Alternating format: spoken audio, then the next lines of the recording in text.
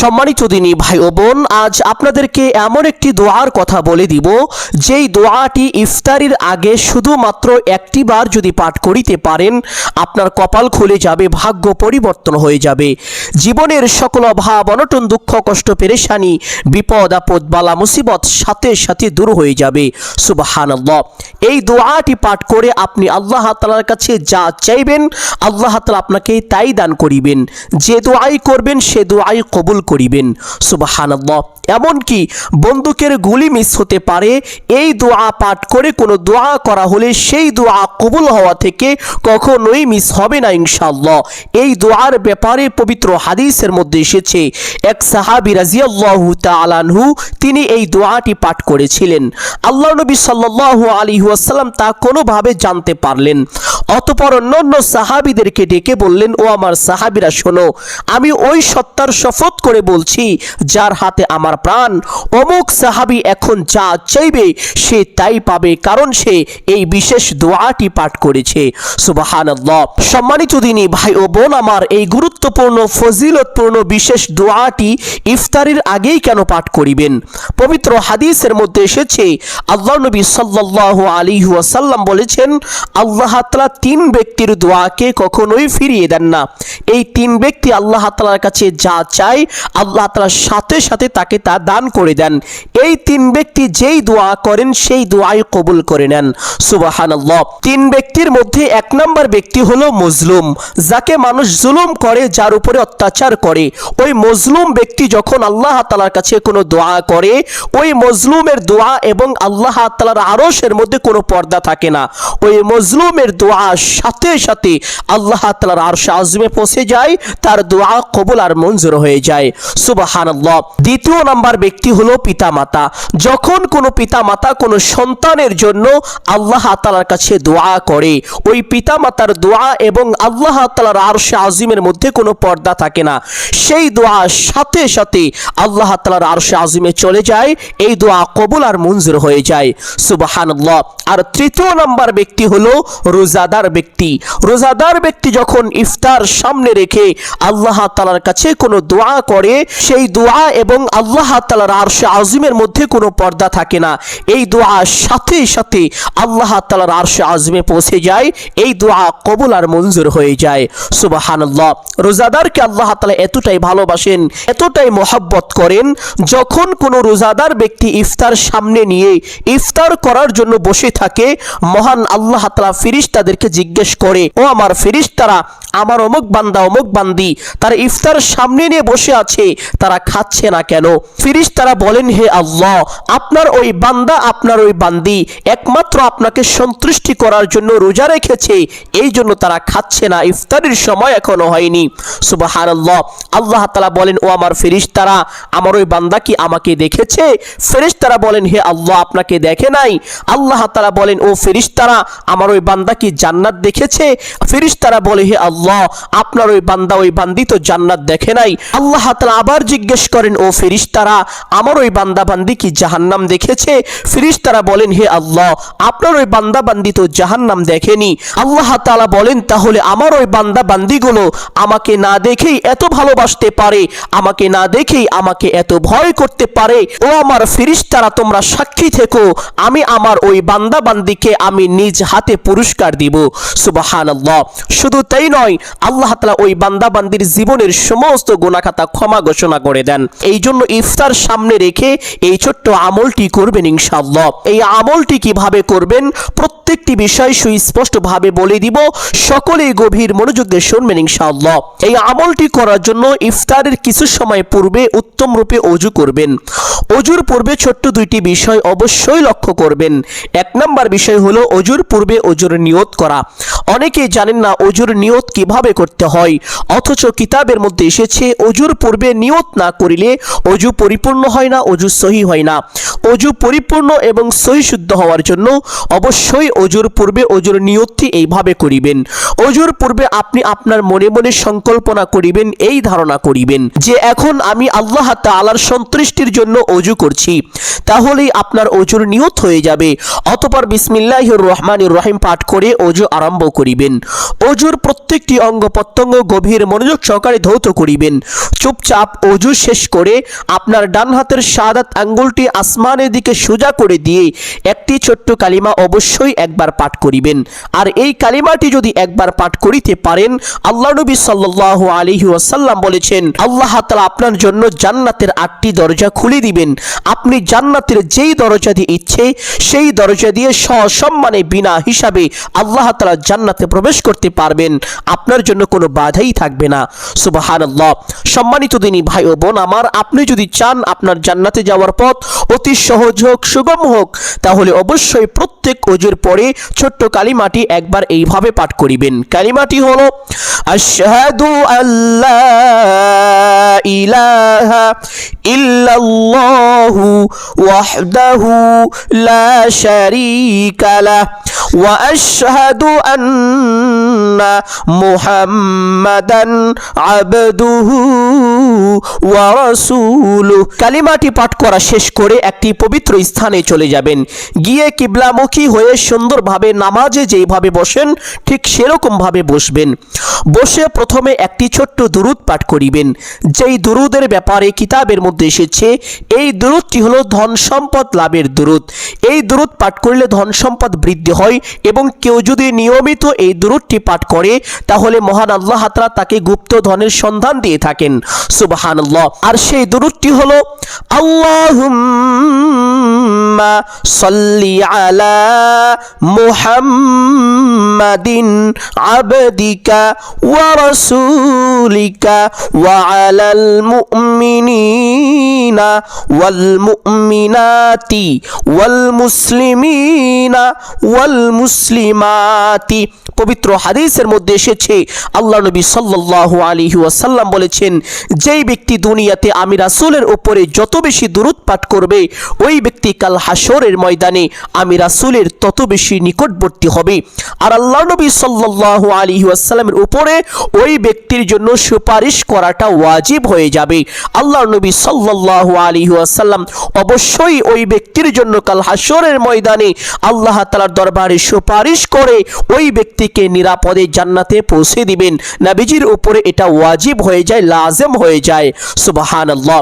এই জন্য সম্মানিত দিনী ভাই বোন, দুনিয়ায় উঠতে বসতে চলতে ফিরতে যখনই সময় পাবেন ছোট্ট দুরূদটি বেশি বেশি পাঠ করিবেন।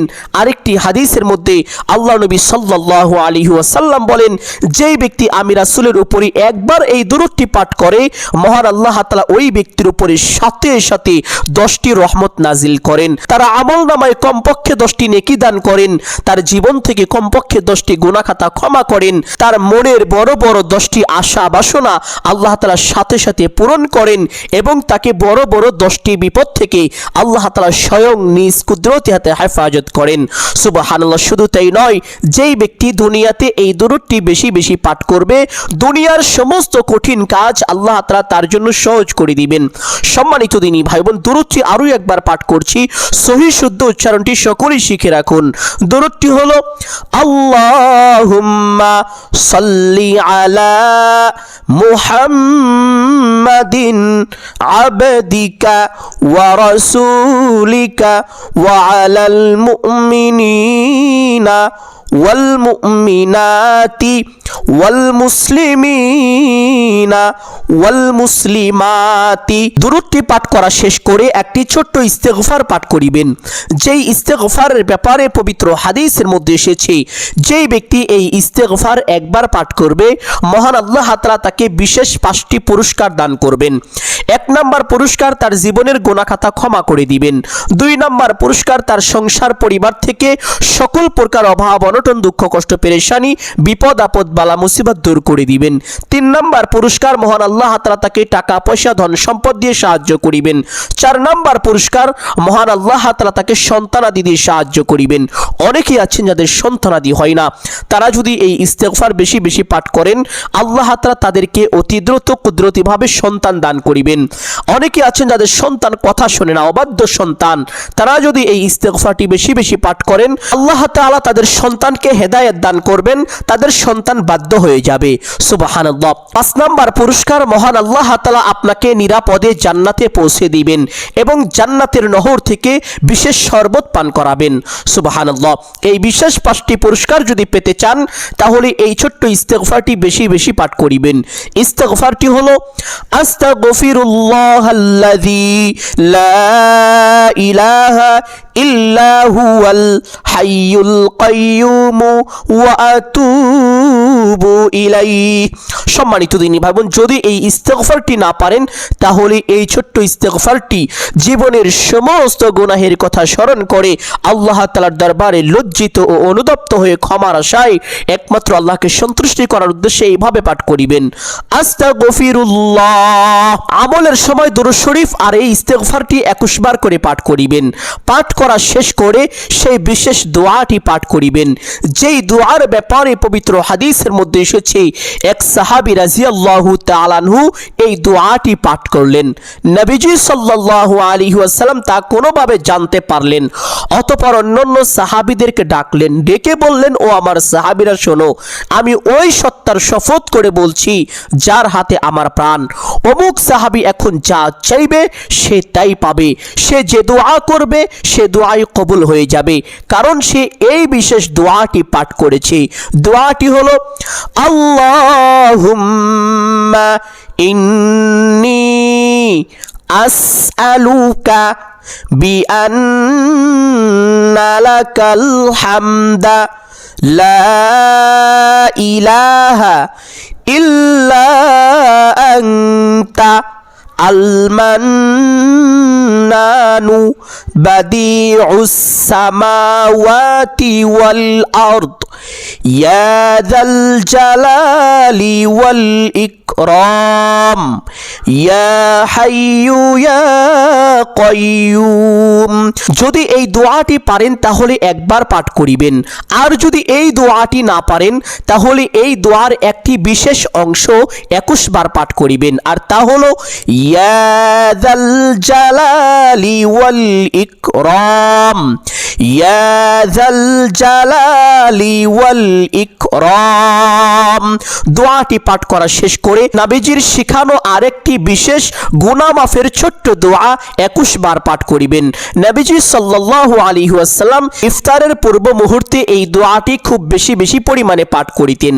দোয়াটি হলো ইয়া ওয়াসিআল মাগফিরাতি ইগফিরলি ইয়া ওয়াসিআল মাগফিরাতি ইগফিরলি। এই দোয়ার মাধ্যমে আল্লাহ তাআলার কাছে ক্ষমা চাওয়া হয় এবং দয়া চাওয়া হয়। সুবহানাল্লাহ।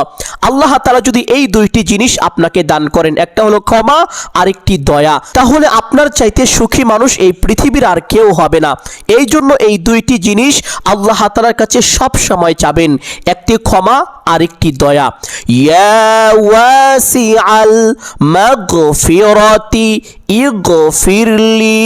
ছোট্ট দোয়াটি 21 বার পাঠ করা শেষ করে একবার এই দুরূদ শরীফটি পাঠ করবেন, আল্লাহুম্মা সাল্লি আলা মুহাম্মাদ ওয়া আলা আলি মুহাম্মাদ কামা সাল্লাইতা আলা ইব্রাহিম ওয়া আলা আলি ইব্রাহিম ইন্নাকা হামিদুম মাজিদ। আল্লাহুম্মা বারিক আলা মুহাম্মাদিন ওয়া আলা আলি মুহাম্মাদ কামা বারাকতা আলা ইব্রাহিম ওয়া আলা আলি ইব্রাহিম ইন্নাকা হামিদুম মাজিদ। দুরূদ শরীফটি মুহাব্বতের সাথে একবার পাঠ করা শেষ করে মোনাজাত করবেন। এখন আপনি যা চাইবেন আল্লাহ তাআলা আপনাকে তাই দান করিবেন। আপনার জন্য মহান আল্লাহ তাআলা দুনিয়ার সমস্ত খাজানার সমস্ত দরজা খুলে দিয়েছেন। সুবহানাল্লাহ। দোয়াটি এইভাবে শুরু করবেন, আলহামদুলিল্লাহি রাব্বিল আলামিন ওয়াসসালাতু ওয়াসসালামু আলা সাইয়্যিদিল আম্বিয়াই ওয়াল মুরসালিন। এই দুইটি বাক্য বলার পরে আপনার যা কিছু প্রয়োজন সমস্ত কিছু আল্লাহ তাআলার কাছে চাইবেন। চাওয়া শেষ করে একবার বলবেন, হে আল্লাহ, আপনার হাবিবের উসিলা করে আমার দোয়া মোনাজাত কবুল আর মঞ্জুর করে নিন। অতঃপর তিনবার বলবেন আমিন আমিন আমিন বিরহমাতিকা ইয়া আরহামার রাহিমিন। মোনাজাত শেষ করে একবার অবশ্যই দুরূদ শরীফ পাঠ করিবেন, কেননা পবিত্র হাদিসের মধ্যে এসেছে নবীজি সাল্লাল্লাহু আলাইহি ওয়াসাল্লাম বলেছেন, যেই ব্যক্তি দোয়ার পূর্বে এবং পরে আমি রাসূলের উপরে দুরূদ পাঠ করে না, ওই ব্যক্তির দোয়া আসমান এবং জমিনের মধ্যবর্তী স্থানে ঝুলিয়ে থাকে। ওই ব্যক্তির দোয়া আল্লাহ তাআলার আরশ আজিম পর্যন্ত পৌঁছাইতে পারে না। সম্মানিত দিনী ভাই বোন, আপনার দোয়া যদি আল্লাহ তাআলার আরশ আজিমে পৌঁছাইতে না পারে তাহলে কিভাবে কবুল হবে? আপনার দোয়া আল্লাহ তাআলার আরশ আজিম পর্যন্ত পৌঁছাইতে অবশ্যই দুরূদ পাঠ করে দোয়াকে সাহায্য করবেন। আর সেই ছোট্ট দুরূদটি হলো সাল্লাল্লাহু আলাইহি ওয়াসাল্লাম। সম্মানিত দিনী ভাই ও বোন আমার, এইভাবে যদি এই আমলটি করতে পারেন আপনার কপাল খুলে যাবে, ভাগ্য পরিবর্তন হয়ে যাবে, জীবনের সকল অভাব অনটন দুঃখ কষ্ট পেরেশানি বিপদ আপদ বালা মুসিবত সাথে সাথে দূর হয়ে যাবে। যে সকল দোয়া করবেন প্রত্যেকটি দোয়াই কবুল হয়ে যাবে। সুবহানাল্লাহ। সম্মানিত দিনী ভাই বোন আমার, আমি আশা করছি আজকের এই আমলটি আপনাদের সকলের জন্য অত্যন্ত গুরুত্বপূর্ণ এবং উপকারী ছিল। অতএব সকলকে বলবো সদকায়ে জারিয়ার উদ্দেশ্যে কমপক্ষে একটি হলেও শেয়ার করে দিবেন। যদি আলোচনাটি ভালো লাগে অবশ্যই ভিডিওতে একটি লাইক করবেন, কমেন্টে আপনার মতামতটি জানিয়ে দিবেন। সকলের জন্য অন্তর থেকে দোয়া করে আল্লাহ তাআলা সকলকে ভালো রাখুন, সুস্থ রাখুন। সকলেই বলি আমিন সুম্মা আমিন। আসসালামু আলাইকুম ওয়া রাহমাতুল্লাহি ওয়া বারাকাতুহু।